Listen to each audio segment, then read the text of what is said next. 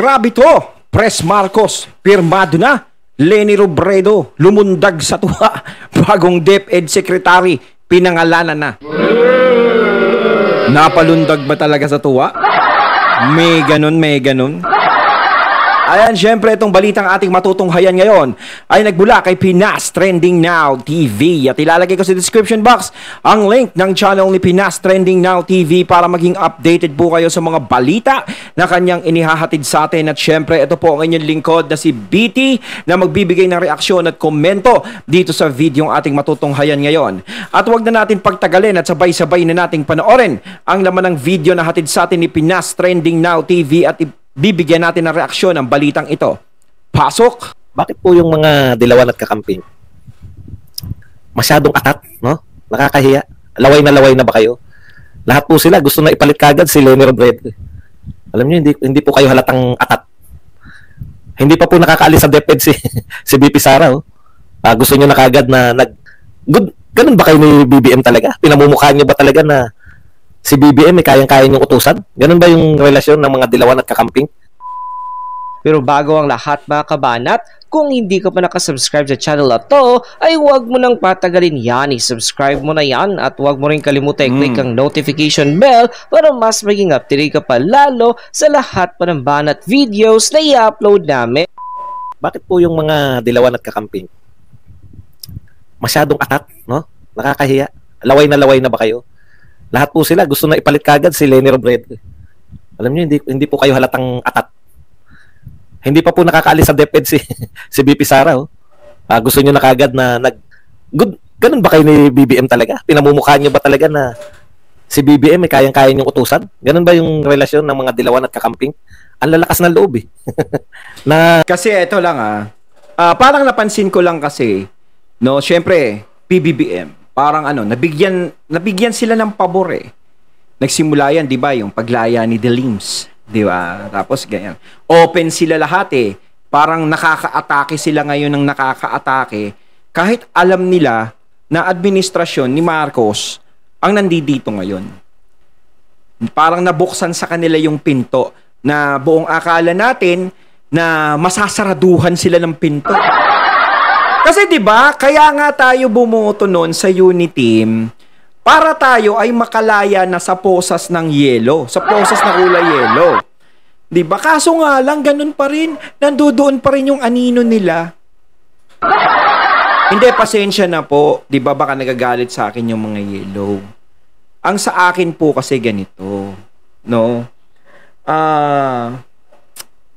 May mga kasi, may mga pagkilos po kayo na medyo hindi maganda ng konti. 'Di ba? Kasi po, alam nyo kung ano po yung hindi ko nagustuhan sa inyo. Tanongin nyo ako. Ang hindi ko po kasi unang-unang nagustuhan sa inyo, na kapag po kasi kayo ay nakaupo sa pwesto, wala na po kasi kayong ginawang trabaho, kundi mamuna ng mamuna. Mag-ungkat ng mga kaso, balikan yung mga kaaway nyo. Diba? Hindi po kayo nakikitaan ng trabaho. Yung trabaho na hinahanap ng mga Pilipino. So, syempre, hindi naman po kami natutuwa sa ginagawa ninyo noon na gusto nyong kasuhan si ganito, gusto nyo si ganito, natatapos ang termino nyo sa ganito, banat ng banat kay ganito. Hindi naman po kasi yun ang hinahanap namin, At hindi kayo binoto para gumanon ng gumanon. Diba? Mahilig po kayo, imbestiga dito, imbestigat. Sana nagpulis na lang po kayo. Okay, pumasok na lang kayo sa NBI. Huwag na lang sa politika. Kasi kapag ikaw pumasok ka sa politika, kailangan talaga serbisyo para sa mga Pilipino. Serbisyo para sa mamamayan. Hindi serbisyo para sa mga naging kaaway nyo o naging kaalitan nyo. 'Di ba? Pero sa akin lang parang nawalan kayo ng paninindigan. Yun Kumbaga, ang yellow kasi kilala natin na kalaban ng mga Marcos. Alam natin na kung gaano kayo kung gaano kayo ka-allergic sa mga Marcos, kung gaano nyo sila gustong pabagsakin, kung gaano nyo sila gustong paalisin dito sa bansa, at kung gaano Ayaw nyo sa kanila. Yun na lahat yun. 'Di ba? Kasi kung kayo may puso sa mga Marcos, kung may puso po kayo, isa na lahat ng mga dilawan na nanunungkulan, no? Nagkaroon ng administrasyon dito dati, is pinayagan nyo si Apo Lakay na maipalibing dito sa libingan ng mga bayani. 'Di ba? At isa pa, hindi nakakatanggap si PBBM sa inyo o ang mga Marcos ng hindi magandang salita. Nung eleksyon lang, sang katutak na hindi magandang salita natatanggap ni BBM sa inyo eh. Hindi ba? Ngayon, bigla kayong bumait sa administrasyon. Bakit po ba? Kasi ang presidente ngayon si Bongbong, si PBBM. Kailangan hindi nyo siya labanan kasi baka mayroon kayong paglagyan. Ang iniisip nyo kasi, naku, yung mga Duterte, natalo ni PBBM, napaalis si BP Sara. Baka tayo mga dilaw, pag hindi tayo kumampi dyan kay PBBM, mayari tayo. Ay, Diyos ko. Correction lang po, may iko-correct ako. No, hindi po natalo ni PBBM si VP Sara. Ang ibig ko po sabihin, hindi natalo ni PBBM. Hindi po na tahasang kinalaban ni PBBM ang mga Duterte at si VP Sara. Lalong-lalo na si VP Sara. Sa tingin ko, opinion ko po ito. Hindi naman tahasang kinalaban niya. Ang tahasang kumakalaban talaga sa mga Duterte ay yung mga alitap-tap na nakaikot kay PBBM. Alam niyo po lahat yan, mga katunay. Dahil, ulitin ko yung senaryo, dahil nung nanalo sila, presidente si PBBM, Vice President si VP Sara, walang namuong problema. Nakikita natin sa kanila yung suportahan sa isa't isa. Pero simula nang magparamdam na lumipad ang alitap-tap, andyan na nagkaroon. At lumabas ang survey na, wow, number 1 sa survey si VP Sara. Doon na lumabas ang mga nangangarap sa 2028. Kaya nagkaganon. Yun lang naman ang senaryo eh. Dahil sa political agenda. Wala nang iba pa. Kasi kung trabaho para sa mga Pilipino ang nasa isip nila, hanggang ngayon ang unity team buo pa. Hanggang ngayon ang unity team tumatakbo. At hanggang ngayon ang Marcos at Duterte ay magkasundo pa. Diba? Kung taong bayan ang nasa isip, kung taong bayan ang kung paglilingkod sa taong bayan ang nasa isip. Pero kung gusto ng kapangyarihan at gustong maabot, ang gusto nilang maabot na pangarap, sigurado magkakaroon ng problema. Pero para sa akin, hindi nagsimula sa mga Marcos at hindi rin nagsimula sa mga Duterte ang problema. Diba? Ngayon, swerte ng dilaw, nabibigyan sila nabubuksan ng pinto para sa kanila. Ipinakita ni PBBM na hindi siya marunong magtanim ng sama ng loob sa inyo. Wow! Di ba? Pinakita niya na ganun. Pero sila, kung tutuusin grabe ang ginawa niyo sa mga Marcos. Kulang na lang mag-dirty finger kayo sa kanila o dirty finger niyo sila.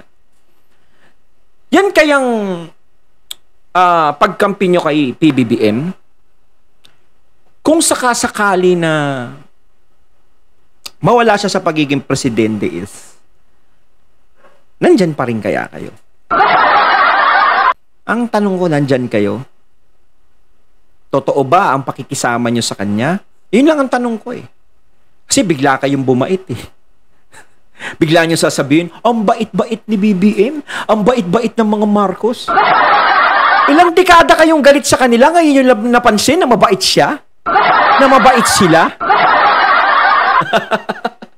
Diba? Ilang dekada kayong galit sa kanila ngayon, Duterte naman ang kalaban ninyo. Diba? Duterte naman ang binabanata ng dilaw. Si BP Sara daw ang ipalit Talaga? Samantalang yung mga, siguro hindi pa alam ng mga vlogger kung ang napuna ko po, imbis po na magdiwang sila, at yung panalangin nila na mag-resign ay nag-resign. Bakit parang galit pa rin kayo? Wala ba talaga kayong kasiyahan sa mundo? Ini-endorse nyo kagad si Lenny? Ito pa isa, ini-endorse agad si Lenny. Diyos ko naman. Alam nyo, para sa akin hindi dahil sa kumakampi ako kay VP Sara. O sige, gusto nyo palitan si VP Sara, palitan nyo. O. Pero naman, yung ipalit nyo naman yung may pruweba. Yung ibig kong sabihin, yung may pruweba talagang nagawa. Ang ipapalit nyo naman, Mariusip, pasensya na, Milinlin Pero talagang, alanganin Alam nyo ba yung nakataya dyan, yung edukasyon ng mga kabataan, mga teacher, mga kabataan, kahit mga ganyan lang yan, kailangan yung nakaupo ding DepEd Secretary, kailangan maayos-ayos din. Diyos ko naman, para naman may isang butas, sinalpakan nyo lang ng tela. Para hindi tumagas yung yung tubig. 'Di ba? Hindi nyo man lang nilagyan ng mga panapal, hindi nyo nilagyan ng yung pinantatapal sa mga butas ng tubo, yung mga ganun, parang nail text ba yun? Para yung mga butas mawala. Yung mga pantakip bulkasil, ewan ko, ganun. Parang naglagay-laki ng tela, ayos na yan. Lagay mo lang dyan, hindi natutulo tubig niyan. 'Di ba? Salpak na lang kayo ng salpak. Aralin nyo naman. 'Di ba? Hindi yung kung sino-sino naman yung isasalpak nyo dyan, Mariusip naman. Maawa naman kayo sa mga teacher tsaka sa mga estudyante. Naku naman, hindi naman sa minamaliit ko yung gusto nyong ipalit. Hindi naman sa ganon. Hindi ko siya minamaliit. May kakayahan din yan. Pero yung kakayahan niya, sigurado ba kayo sasapat doon sa DepEd? Diba? Sko naman, pagtumbasin naman kay VP Sara, tsaka sa ako naman, grabe naman. Mag-isip-isip naman tayo. Huwag yung dahil galit kayo kay VP Sara o galit kayo kay Duterte kung sino-sino na lang isasalpak nyo. Ay di dapat nilagay nyo na lang dyan si Castro. Di ba? Diyos ko naman, magkaroon naman po tayo ng sapat na pag-iisip. Kung gusto natin maging maayos ang bansa natin, ang gobyerno natin, ang pamamalakad, is kailangan naman pag-isipan nyo maigi kung sino yung mga taong itinatalaga ninyo.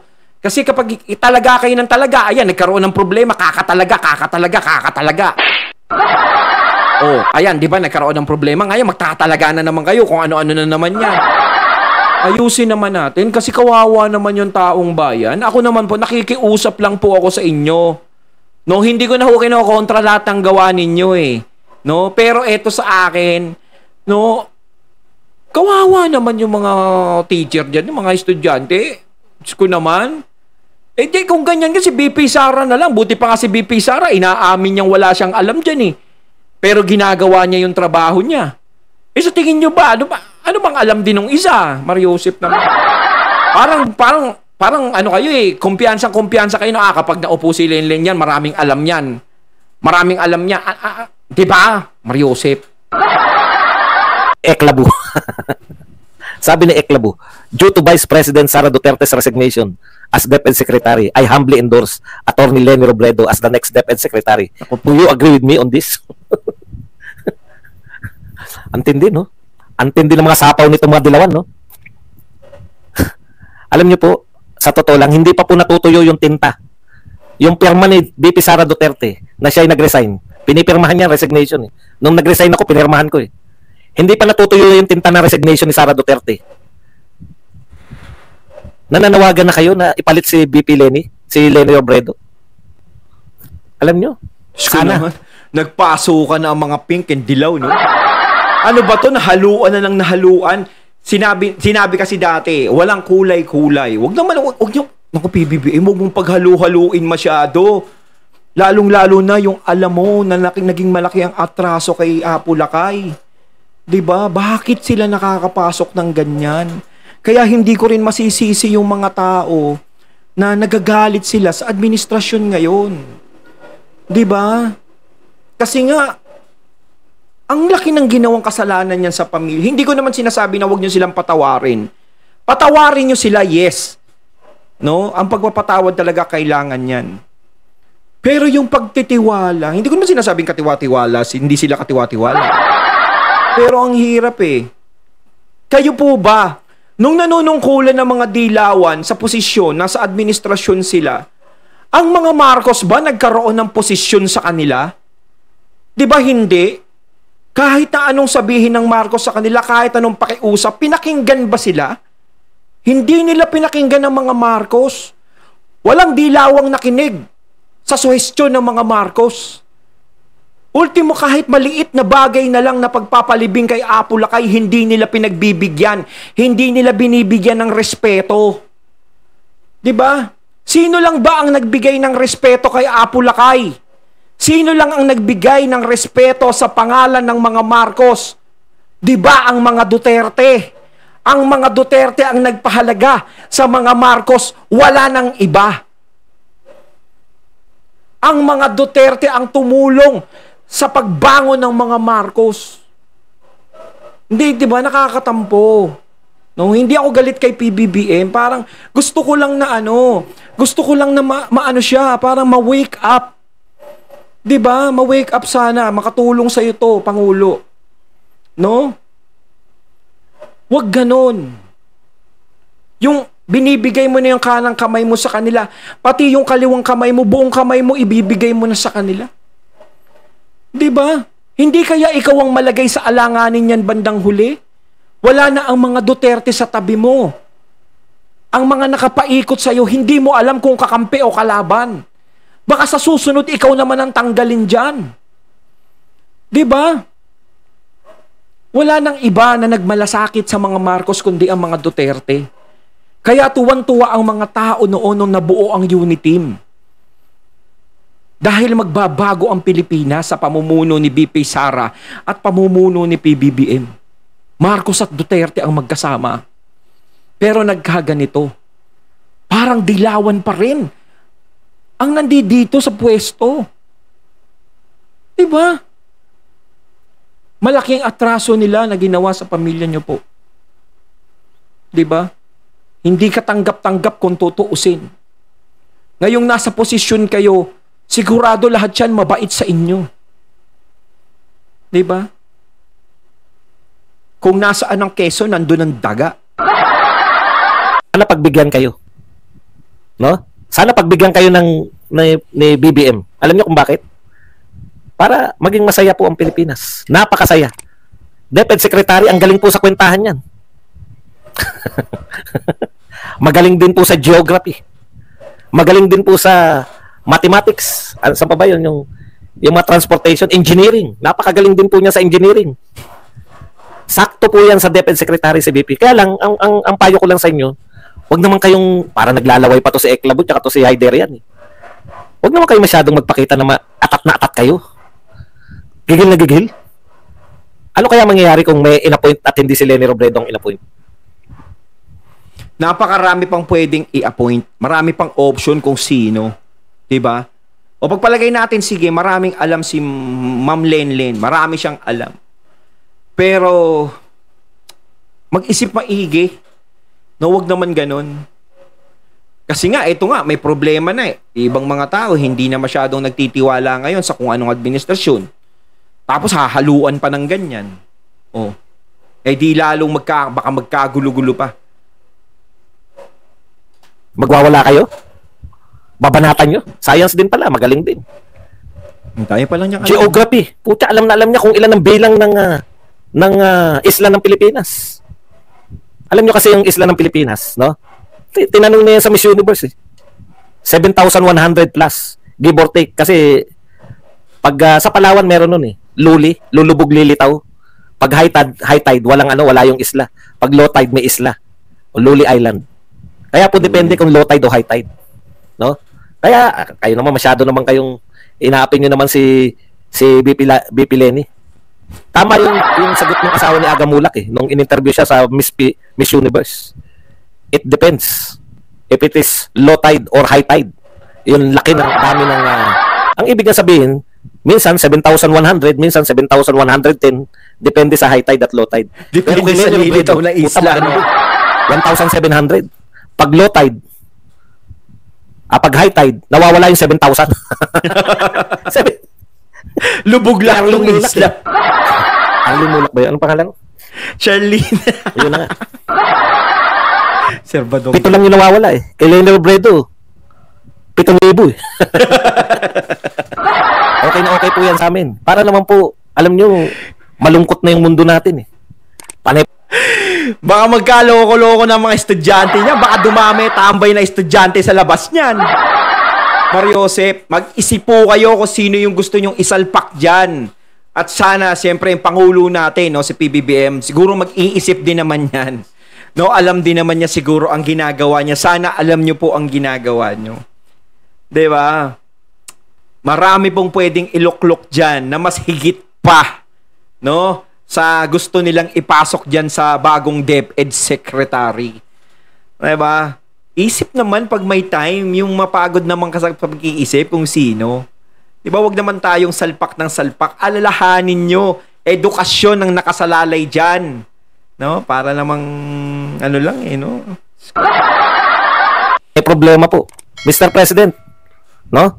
Panay po problema ang binibigay nyo sa pamahalaan. Sa mamamayan pala. Charlene pala, hindi pala Arlene. Charlene Mulak. Mr. President, sawa na po kami sa pagbibigay. Pinoproblema nyo kami ng traffic, ng POGO, ng POGO, ng West Philippine Sea. Bigyan nyo naman kami ng sekretary na pagtatawanan naman namin. Talagang nakakatawa po yan. Nako, maniwala kayo sa akin. Nakinikinit ako na pag yan ng sekretary. Pero, ganun pa man, ano kaya idea ang gagawin nyo? Mga pikon niya mga yan eh. Pag hindi na pagbibigyan, kasi mga isip bata eh. Kasi yung mga dilawan at kakamping, panay isip bata po yan. Kaya tinitiya ko pag iba po ang inappoint na ko, magmamaktol na naman yung mga yan. Hindi na kami makikipag-unit team. Magsasarili kami. Si Shell Joke no na ang aming pambato. Puta. Diyos ko kahit ano naman ngayon? Diba? Kung iisipin kasi ng presidente natin ang kapakanan ng mga tao, lalong-lalo na ng mga estudyante at ng edukasyon. Yan ang mahalaga eh, edukasyon ng mga kabataan natin. Kailangan maging maayos.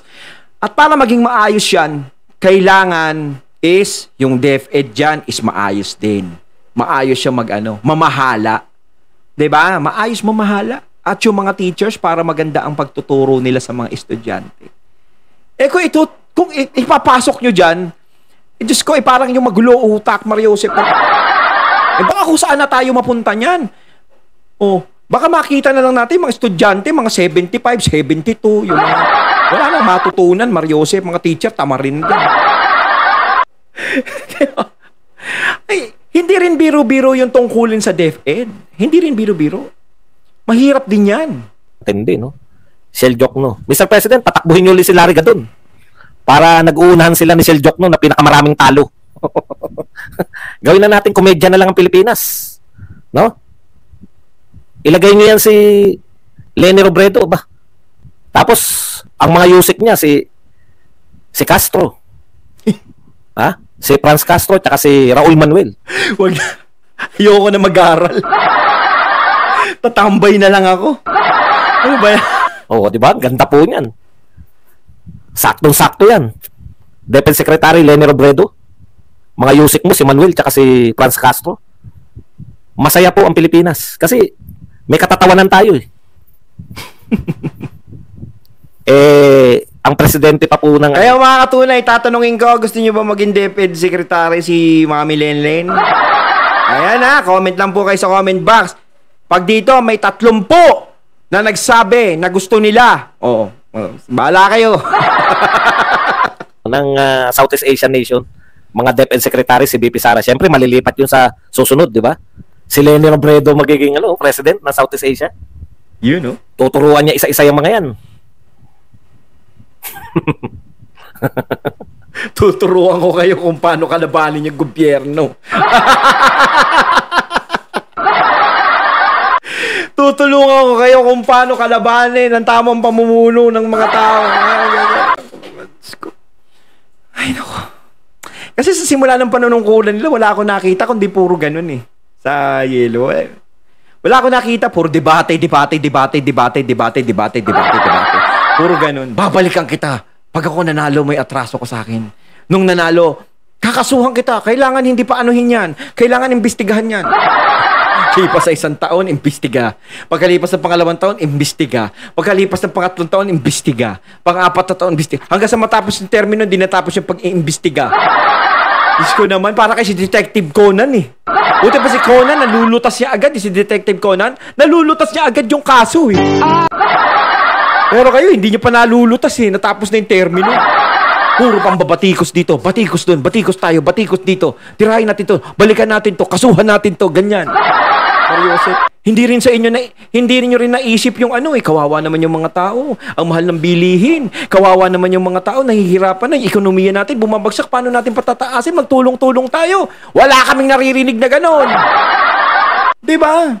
So paano kami magtitiwala uli? Anak ng yelo naman talaga. Yellow, yellow, yellow, yellow. Black and yellow, black and yellow, black and yellow. Hirap.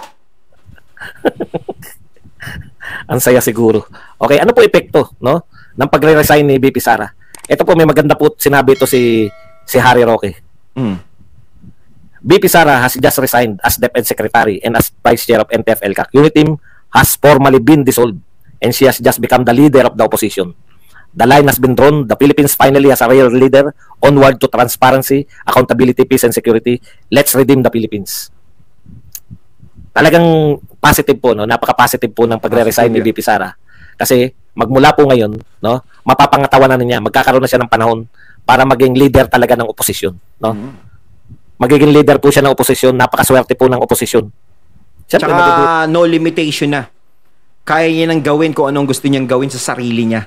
Kung gusto niya maglingkod sa taong bayan sa sarili niya, kaya niyang gawin. Kaya niya nang kumilos nang walang may nagmamando sa kanya. Huwag na sila Laila de Lima. Ang tsansa na lang nila Laila de Lima na makasurvive. Hindi nila pwedeng i-claim na sila oposisyon eh. Tanong ko, kailan nyo in-oppose? Ang opposition po, meaning yan, mag-o-oppose kayo. Mawawala po sila pag sila hindi po tinanggap. Pag nireject sila ng administrasyon, ayaw namin kayo ni Team yung mga dilawan at wala namang silbihan. Halimbawa. Pero alam nyo, bilib na bilib ako sa mga BBM supporter. No? Kayang-kaya po silang utuin ng mga dilawan at kakamping. Payag sila eh. Payag sila na ang DepEd Secretary si Leni Robredo. Mga no? Wow. Dalawa lang po yan eh. Mga walang prinsipyo or talaga mahihina kokote. Hindi ba yan si Leni Robredo ang ang tumawag sa presidente natin? Natin. Presidente nyo, no? Presidente ng Pilipinas na sinungaling, diba? Tamad, hindi nagpapakita kung saan may problema. No? Di ba? Tapos gusto nyo, tandem pa sila ni PBBM ngayon. Gusto niya ilagay pa Mario Joseph naman. PBBM. Huwag basta-basta magdedesisyon ng ganyan. No, isipin maigi. No, isipin niyo ng kulang diyan eh. 'Di ba? Sayang yung VP Sara, PBBM, sayang 'yun. So, wala tayong magagawa nandiyan eh. Pero PBBM, mag-isip maigi. Think before you click. Ang tunay na oposisyon sila Leni. Alam mo ba meaning ng oposisyon, Brad? Hindi na oposisyon yan. Ang oposisyon, oppose, no? Willing kang mag-oppose sa nakaupong administrasyon. Di ba? Kumakampi na nga sila. Hindi naman po sila nag-oppose eh.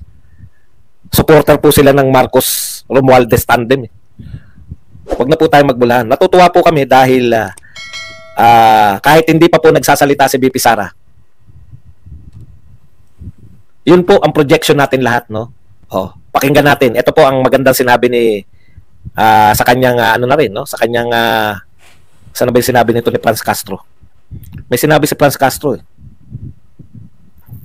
Sabi ayon kay Franz Castro ay open war. No? VP Duterte's cabinet resignation signals open war with Marcos. Pwede. Buti pa siya naiisip niya yung open war na yun eh. Gulo agad eh, no? Sanay na sanay sila sa gulo eh. Gulo agad? Nag-resign si VP Sara? War agad? Gulo agad? Yun agad ang iniisip? Manggugulo? Di wow. Kung magkatotoo yan. Di ba? Hindi naman yung war na gera, no? Yung ibig sabihin eh, talagang one-on-one na yan, no? President Marcos versus Sara Duterte as opposition. No, maaaring may ganun.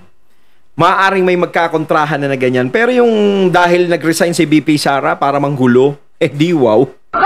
Ang gara kasi nila minsan mag-isip yung mga kontra kay VP Sara. Eh. 'Di ba? Hindi nyo nababasa ang isip ni BP Sara, hindi nyo mahuli kasi hindi siya nagsasalita.